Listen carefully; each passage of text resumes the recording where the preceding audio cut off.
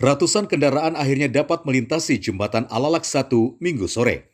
Jembatan dibuka untuk pengendara umum roda 2 dan 4 dalam rangka uji coba. Pembukaan dilakukan dengan pengaturan arus kendaraan oleh polisi lalu lintas serta petugas Dinas Perhubungan. Adapun truk bermuatan untuk sementara waktu dilarang melintas untuk mencegah kemacetan. Di kantor perwakilan PT Wika. Hasil yang disampaikan bahwa hari ini dilaksanakan coba terbatas ya. Sementara yang diperbolehkan adalah roda 4 dan roda 2. Truk untuk sementara tidak diperbolehkan ya sampai menunggu nanti peresmian. Ya, itu yang disampaikan. Nanti akan